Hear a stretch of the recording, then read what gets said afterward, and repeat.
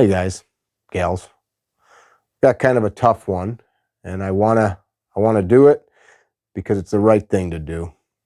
How do we say goodbye? How do we say goodbye to somebody when they go, when they pass on, be it a friend, a loved one, or even a spouse? The best way that I've come up with dealing with grief for myself is to honor that person, to honor their memory, to speak of them, to speak of the good that they did in life, and to emulate their deeds where possible. We lost a friend. His name was Joel Gupton. Joel was a Green Beret medic in 18 Delta. That's a man that can save your life and take your life. As a Green Beret, he traveled the world doing good.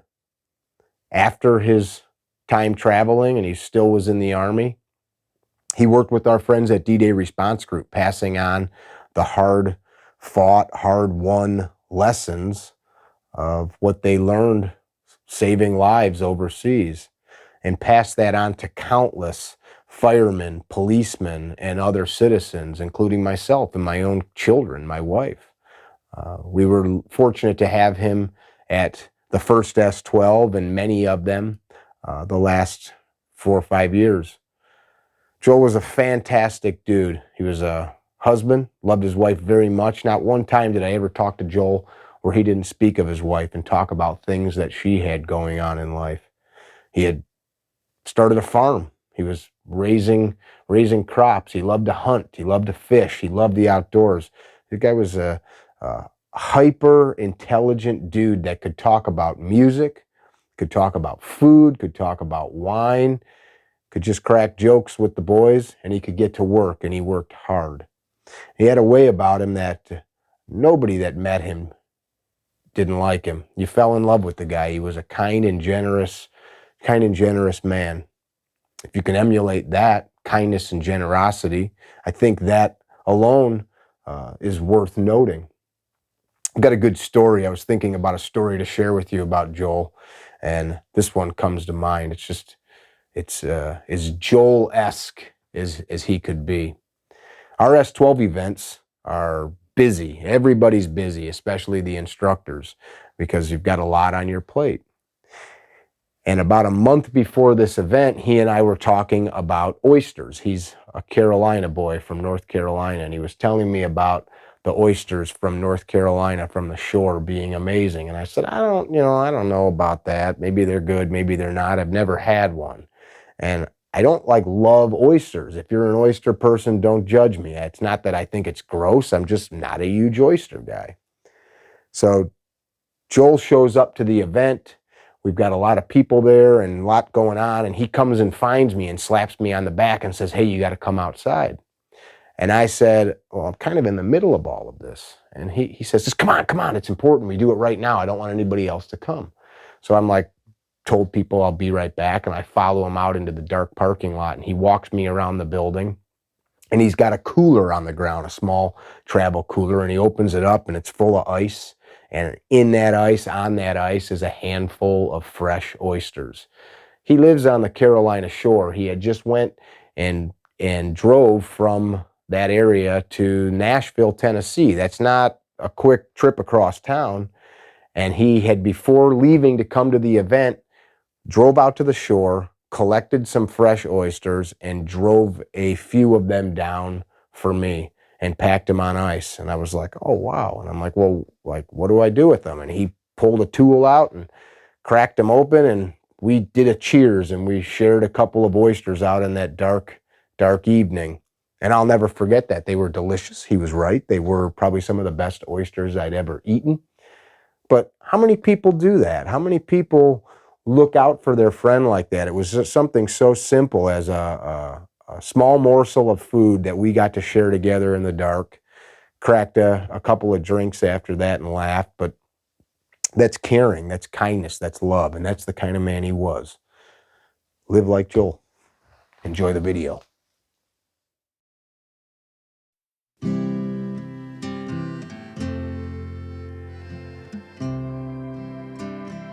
So I grab it, a shake, red tab towards me, give it a pull, stop just short of the C-clamp. Twist this guy until the bleeding stops, right? It's nice and high and tight. We'll half turn, run it through, and then time. So whenever you're using these things, the first thing as you run up on somebody, if you don't have a tourniquet on it, what are you gonna do? You do it naturally when you cut your hand, you cut your arm, your fingers, anyway. Put pressure on it, right? Threat! Right arm, right arm! He's got his muzzle down to the ground.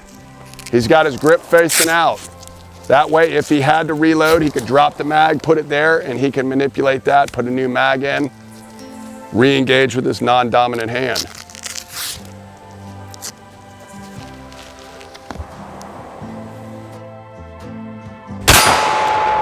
Mick says, hey, I just got shot, and he points right here. Hey, keep your hand right there, buddy. All right, now I gotta expose it, right? Oh crap, put your hand right there. This little piece of gauze right here that you can wipe, right? So if you have somebody that's assisting you, have a plan, and then dive your plan, right? So go ahead and move your hand. So I give it a wipe, and I don't pull this off until the last second, right? And then I kind of roll it on there. Oh, it's so sticky. Just like It's so sticky. a bumper sticker, man. Now that I've got this on here, right, it should be helping, but I still need to take a look on his back. So I've moved his arm up. And even if somebody doesn't have this nice handy dandy gun belt on them, this is the strongest part that's on a garment is here and up in here, right? So give it a grab and then roll it towards you, right? Now I can look, I can take a look, see if there's any holes anywhere. All right, he's good to go. And then I roll him back down, right? Check again.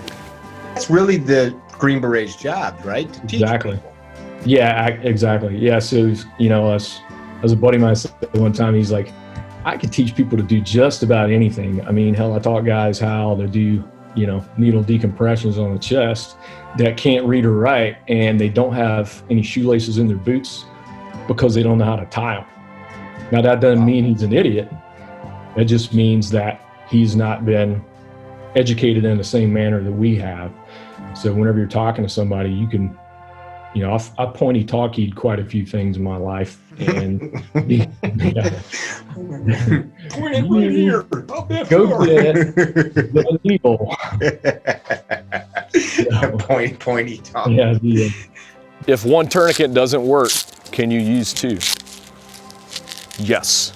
Do you want to go above it or below it? Above it, if at all possible, right? Threat! Left leg, left leg.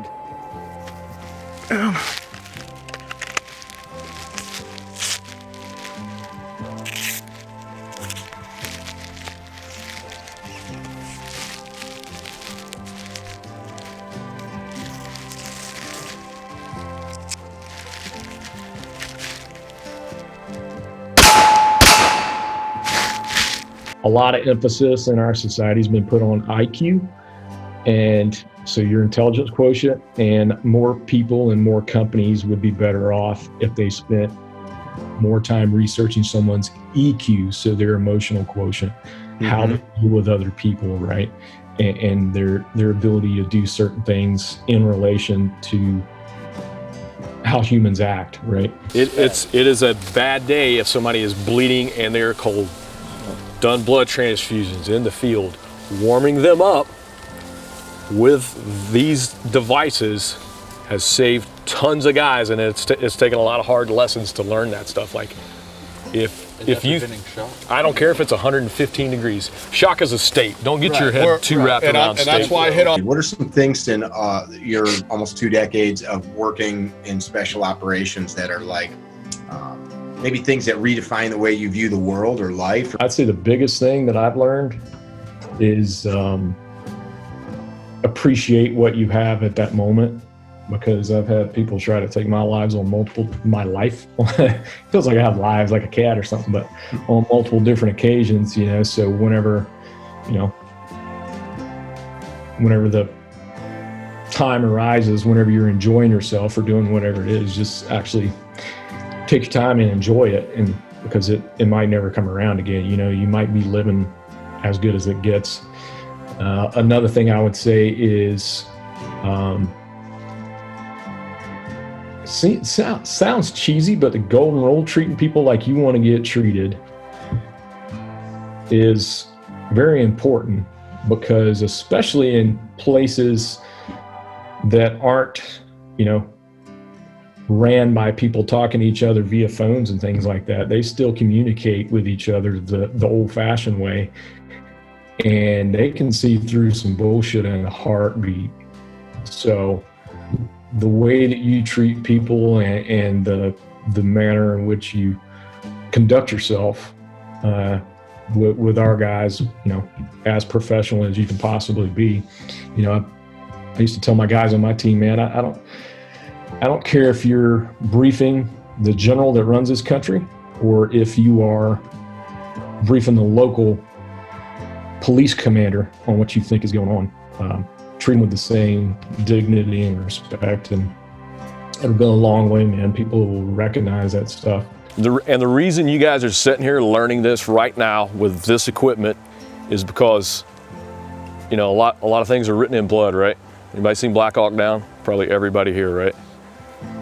Well, that whole operation was studied because there was a lot of highly trained, very smart people involved in that, and they're like, why did we lose so many people? We need to relook what we're doing, right? Just as we were talking about training the other day, what could we have stopped? Something else that I've noticed is, I'm trying to explain it, but people are virtually the same across the world. So and whenever I say virtually the same, they all want, Maslow's hierarchy of needs. They want someone to eat. Yeah, they want something to, something to drink. They want to be able to sleep out of the rain, and things like that, and have somebody that loves them and cares for them. And people do a lot of the same shit, man. I grew up, like I said, on a dirt road on a tobacco farm, man, and I found as much in common with a dirt farmer in Afghanistan as I did with people here in the United States. So the will to survive is one of the things you guys, Dave Grossman has talked about it. If you guys hadn't read On Combat or On Killing, you should. Great books. Just for the simple fact of you being aware that if you've been hit, I don't care if you've been in a car wreck or wrecked a motorcycle or you've been shot, you can still follow through with the training that you got, and your will to survive will go a long way. Parting words from you. Let's hear it. I hear you say it a lot of times, don't be a dickhead. Doing the right thing is pretty hard, man, a lot of times for folks, especially if they're not used to doing it. But once you learn to do the right thing on a regular basis, life gets better. I like it. Do the right, was it Super Dave? Do the right thing every time, all the time, or something like that? Do the right thing at the right time, every time.